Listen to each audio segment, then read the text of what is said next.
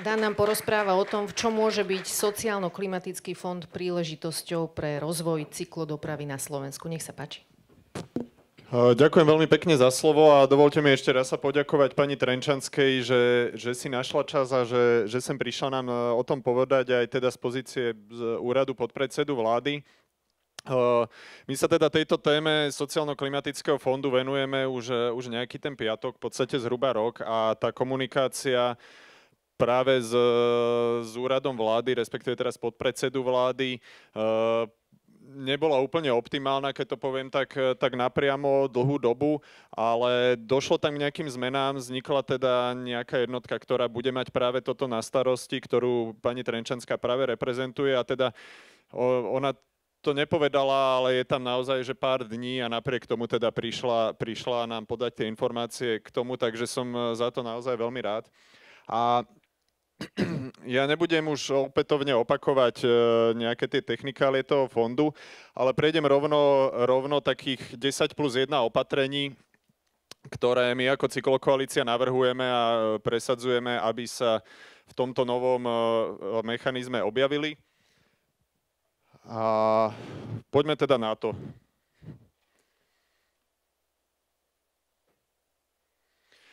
Tým úplne prvým a takým možno najsamozrejmejším je práve výstavba líniovej cyklistickej infraštruktúry, alebo teda výstavba cyklotras, keďže vieme, že práve tie cyklotrasy sú to, čo umožňuje ľuďom bicyklovať, a zároveň vychádzame z toho, že cyklodoprava je veľmi dostupný, nízkopráhový, lacný spôsob dopravy pre všetkých ľudí, v podstate všetky vrstvy obyvateľstva, a práve preto môže byť dobrým nástrojom na riešenie dopravnej chudoby.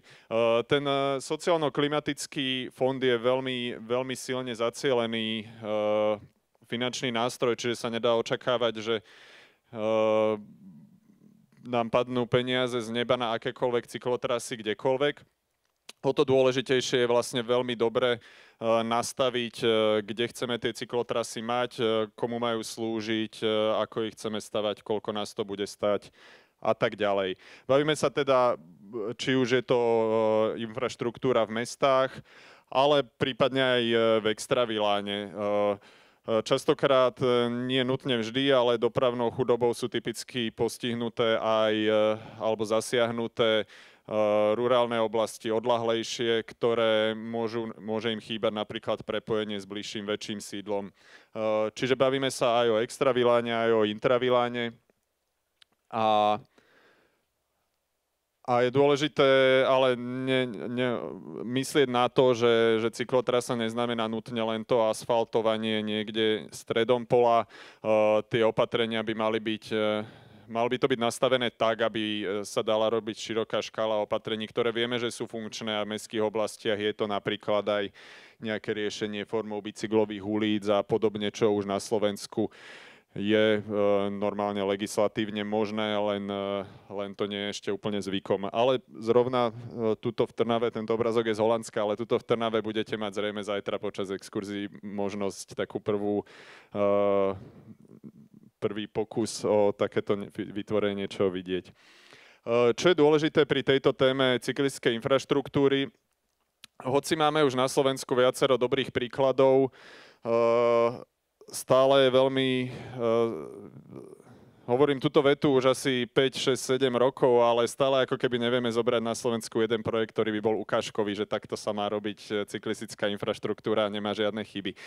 Stále ako keby máme v tomto na Slovensku medzery, stále to tie samosprávy aj pri dobrých úmysloch nevedia spraviť dokonale, a preto sme presvedčení, že je dôležité, aby súčasťou tohto opatrenia bolo aj naviazané na to práve nejaké vzdelávanie v tejto oblasti, prípadne napríklad vytvorenie nejakého návodu pre tých, ktorí to budú stavať. Napríklad aj v podobe technických podmienok pre navrhovanie cyklistickej infraštruktúry, keďže na Slovensku aktuálne, aj keby ste chceli, tak neviete spraviť dobrú cyklotrasu, ktorá by bola v súlade s predpismi, lebo tie sa veľmi rozchádzajú a sú veľmi neaktuálne. Že treba nad tým rozmýšľať aj z tohto hľadiska. Poďme ďalej. Ten druhý bod je veľmi spodobný tomu prvému. V podstate ide opäť o výstavbu nejakej cyklistickej infraštruktúry. líniovej, ale navrhujeme ho zamerať špeciálne na zlepšovanie dostupnosti staníc verejnej osobnej dopravy. Na tom obrázku môžete vidieť, a funguje aj ukazovanie, taký typický obraz mnohých obcí alebo sídiel na Slovensku, keď máme nejaké sídlo. Toto je obec Borský Mikuláš a tu máme stanicu alebo zastávku železničnej dopravy vlaku. A vlastne na tú zastávku nejde ani len chodník, nie je to ešte cyklotrasa, čo ako keby znemožňuje veľkej časti obyvateľov tej obce využívať verejnú osobnú dopravu a dostávať sa niekam ďalej do tých svojich cieľov mimo tej obce.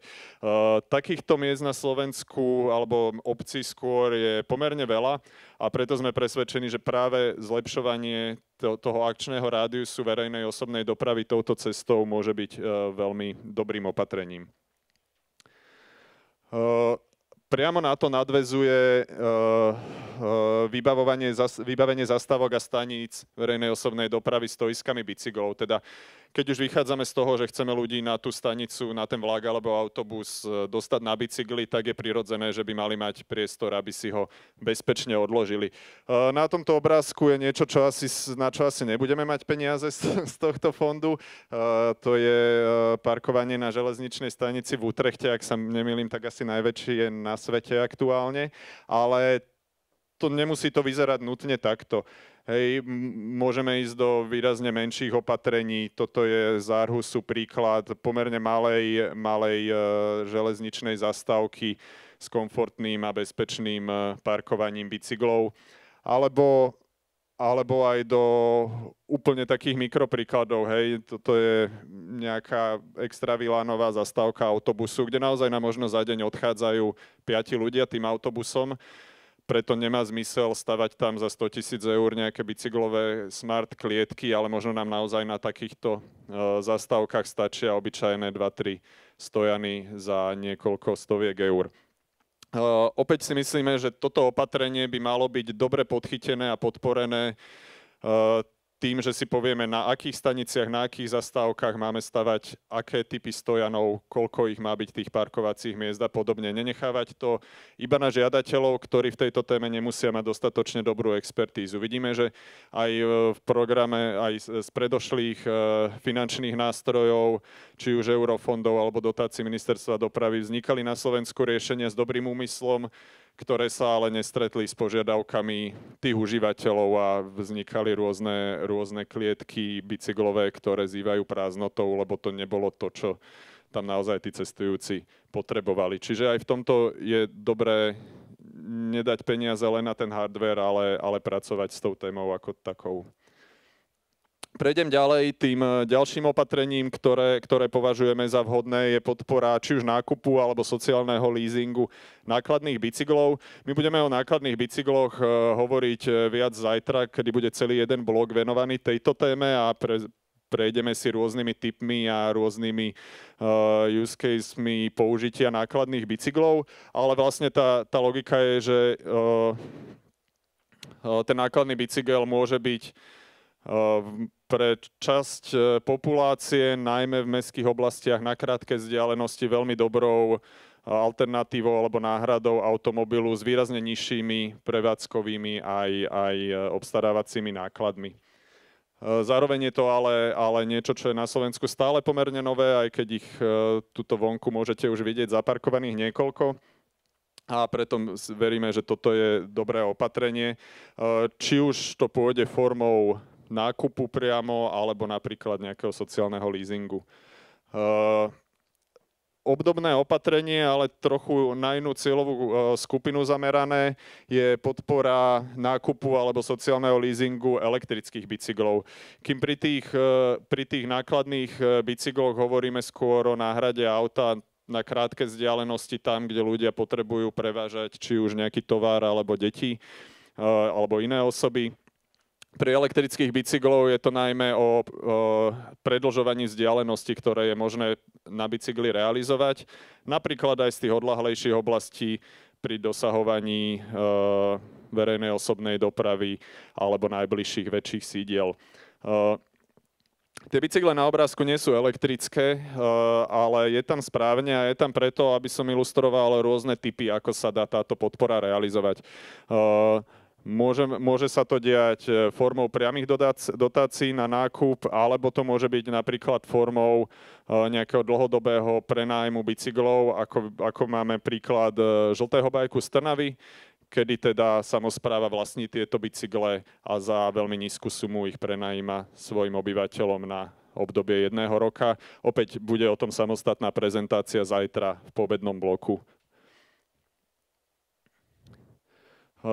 Od podpory zakúpenia alebo teda vlastníctva nejakých typov bicyklov prejdem k nákladným bicyklom, ktorým venujeme 3 veľmi úzko súvisiace opatrenia. Tým prvým je samotné zavádzanie systémov zdieľaných bicyklov.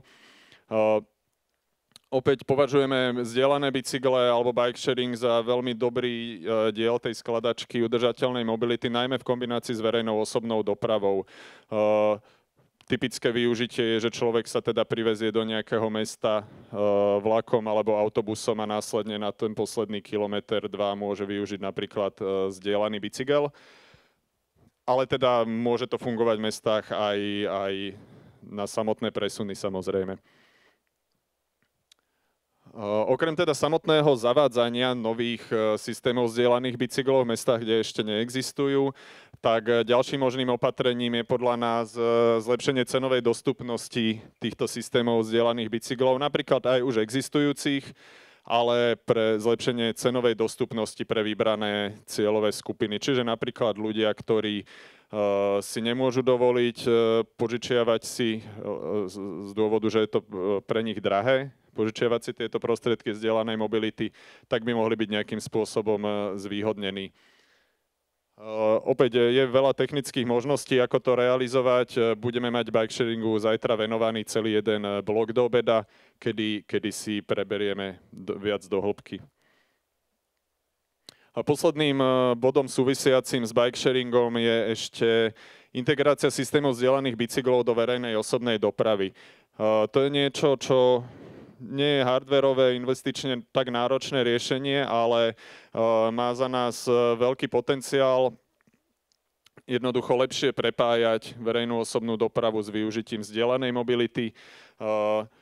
Napríklad formou takou, že jednoducho človek bude na jeden lístok, na jednu električenku alebo teda cestovný lístok schopný využívať všetky tieto módy dopravy.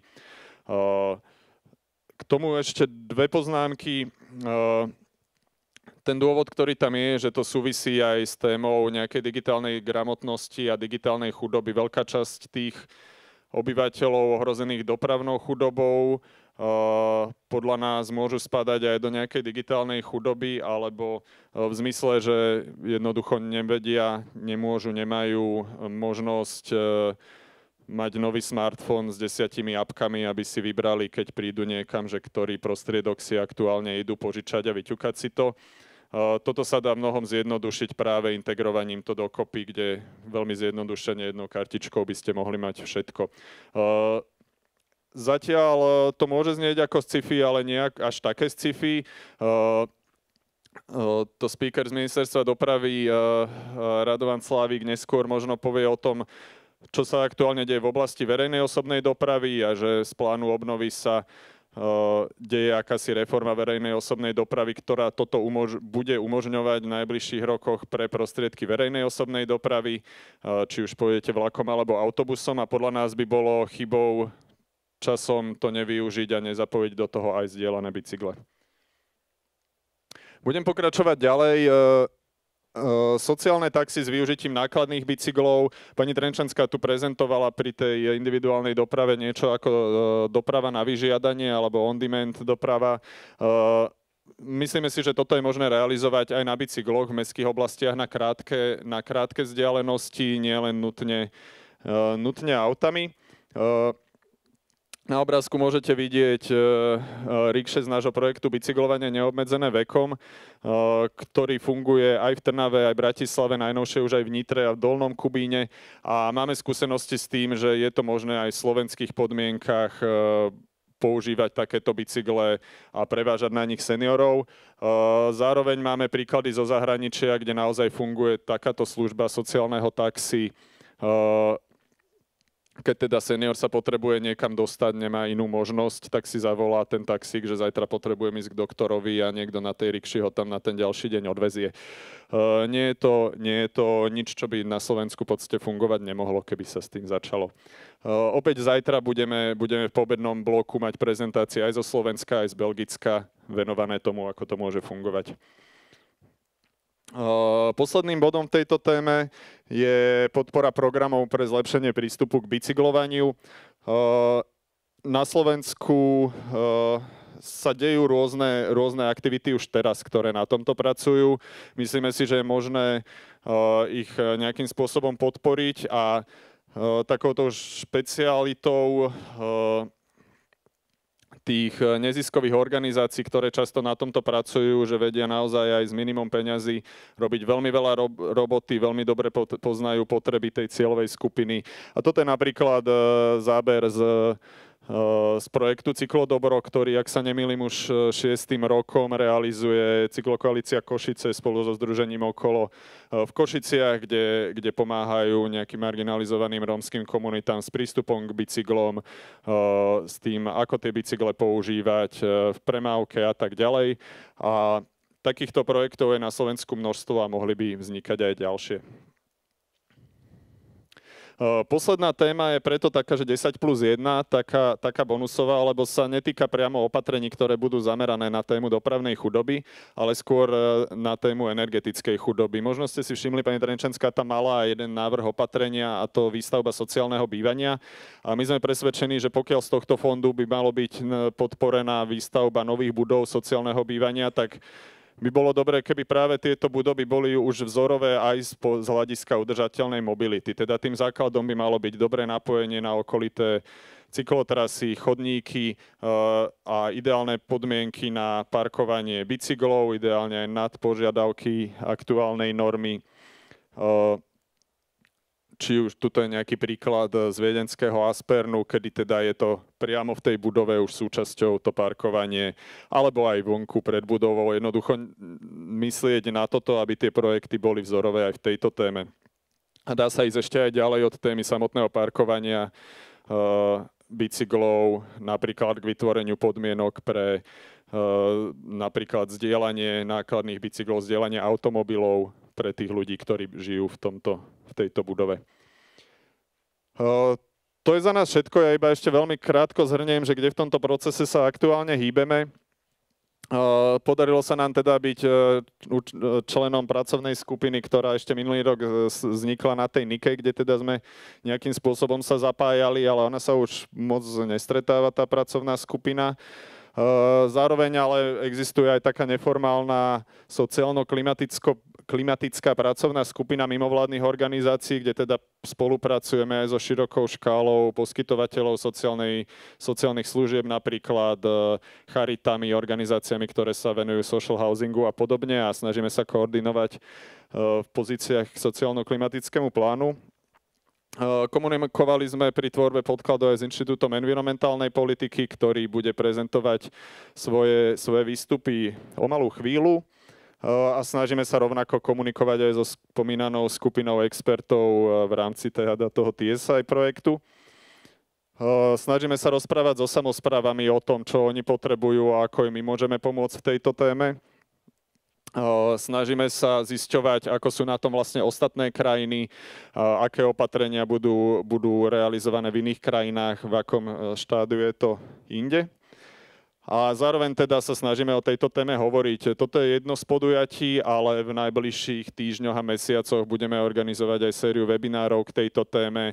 Môžete sledovať našu stránku a sociálne siete, kde bude aj viac článkov a ďalších informácií. A taký posledný, úplne na záver, 4 predpoklady úspechu sociálno-klimatického fondu na Slovensku. Čo vlastne by malo byť tak ideálne splnené, aby to prinieslo to želané ovocie. To prvé je kvalitné a dátami podkuté verejné politiky. Tá budova na pozadí je Ministerstvo dopravy Slovenskej republiky, ak ho nepoznáte. A kvalitné a dátami podkuté do politiky v oblasti cyklodopravy úprimne nie sú asi niečo, čo na Slovensku máme. V ďalšom bloku bude niekoľko dobrých príkladov, či už zo spomínaného Inštitútu environmentálnej politiky alebo Ministerstva dopravy od ľudí sekcií oddelení, ktoré sú svetlými výnimkami, ale ak by sme to mali zhodnotiť ako celok, už len to, že na Slovensku stále nemáme aktuálnu národnú cyklostratégiu alebo teda stratégiu rozvoja cyklodopravy, je chybou, ktorá nás brzdí aj pri príprave takýchto fondov, kde nemáme vlastne na čom stavať. Ďalej je to know-how v oblasti cyklodopravy a ako som už spomínal, nemáme. Všetka česť všetkým vám, čo ste tu, máte záujem sa vzdelávať a ste asi tými svetlými výnimkami. Stále častejšie však platí, že na Slovensku, aj toto je eurofondový projekt v Ivánke pri Dunaji. Toto je staršia fotka, teraz už posledné 2 týždne sem pribudli také veľké kamene, také skaly, lebo obchádzali to ľudia tadiaľto, tak no, toto sa jednoducho deje, toto sú bohužiaľ typické eurofondové projekty podporované z európskych peňazí a musíme pracovať na tom, aby sme aj toto zlepšovali, zatiaľ teda úplne nie. Potrebujeme odvahu, ktorá je tiež taká, že niekedy máme, niekedy nemáme a častejšie bohužiaľ nemáme. Ale teda ten posledný predpoklad je spolupráca a keďže v tých predošlých 3 sme na tom trochu slabšie, tak toto je to, čo nám zostáva a čo je stále reálne a na čo môžeme pracovať. Preto vlastne aj sme vás sem srdečne pozvali a sme radi, že ste tu a preto dúfam, že tretí sektor, samosprávy, aj súkromný sektor budeme vedieť spolupracovať na to, aby sme naozaj presadili čo najzmysluplnejšie a najlepšie opatrenia v sociálno-klimatickom fonde. Ďakujem veľmi pekne za pozornosť. Ďakujeme Danovi Kolárovi. Mám na teba jednu otázku ešte, ak dovolíš. Zaujíma ma, že ako dôležitá je podľa teba teraz tá časť občianskeho sektora, ktorá sa venuje špecificky potrebám zraniteľných častí populácie. Aká je komunikácia medzi vami, do akej miery čerpáte v cyklokoalícii, možno aj nejaké informácie od nich, kde sú tie potreby ľudí, ktoré by sa dali naplniť v rámci tohoto klimatického fondu? Ďakujem. No mimoriadne dôležitá podľa nás, ako keby tie organizácie, ktoré v tej sociálnej oblasti sa na Slovensku hýbu už dlhé roky a majú v tom najlepšiu expertízu a najviac poznajú tú cieľovú skupinu, sú kľúčové a sú stále málo zapájané. Preto aj ako keby sme vytvorili takúto neformálnu skupinu, kde sa stretávame raz za mesiac naprieč týmito aj enviro organizáciami, aj sociálnymi organizáciami, čo doteraz ako keby nebol až taký dôvod, aby sa to dialo. Snažíme sa aspoň takto nejak sieťovať, ale myslím si, že je veľmi dôležité, aby všetky organizácie v tejto oblasti boli tiež do toho zapájané.